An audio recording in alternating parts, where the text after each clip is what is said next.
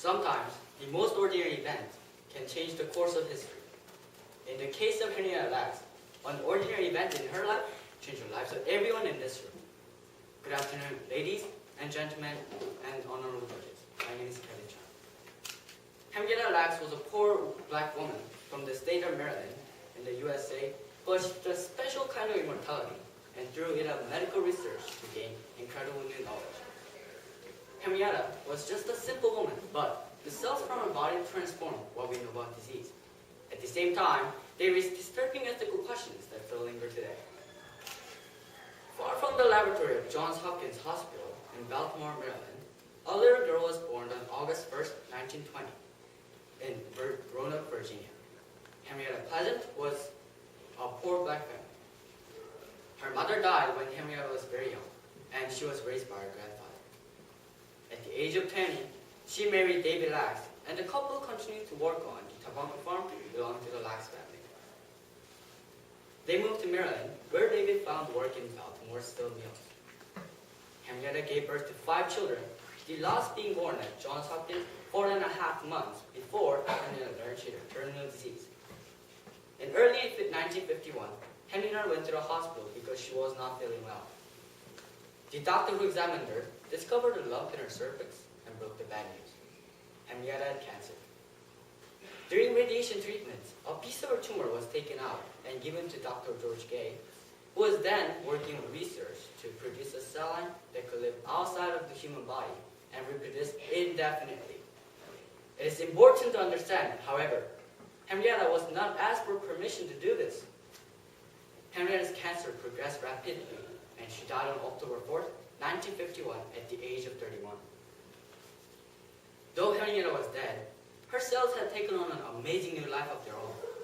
In Dr. Gay's laboratory, Henrietta's cells grew, and this was the birth of HeLa, a cell line that would eventually be used for biomedical research around the world. The opportunities were significant. Now the researchers had cells that would multiply and provide them with a steady supply of material. The possibilities to find new things were endless. Cancer research, gene mapping, the effects of radiation and toxic substances, and later on, AIDS research, all benefited from the HeLa cell line. Perhaps, most significantly, a man named Jonas Salk was using Henrietta's cells to develop a vaccine for polio.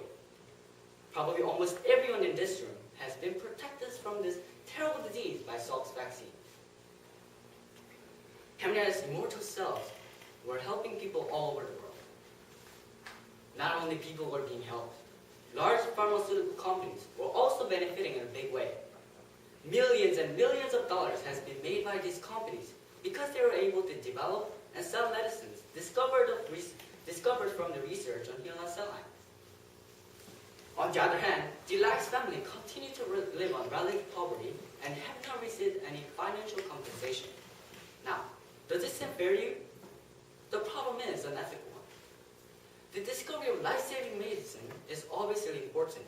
However, taking a piece of somebody's body without their permission is wrong.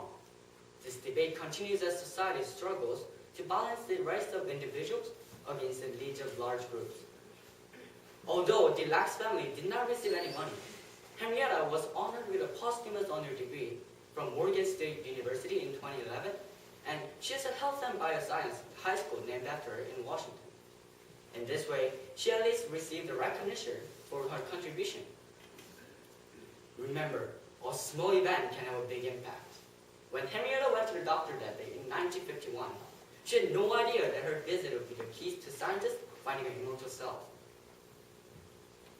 She was born in poverty, but her cells overcame those problems and have helped millions. The HeLa cell line is provided a way to find medicines for many diseases. It is important to consider, though, the ethics of using human tissue without a person's knowledge or consent. Biomedical research can sometimes raise troubling issues, but the HeLa cell line is a proof that it can also do immeasurable good. Thank you for listening to my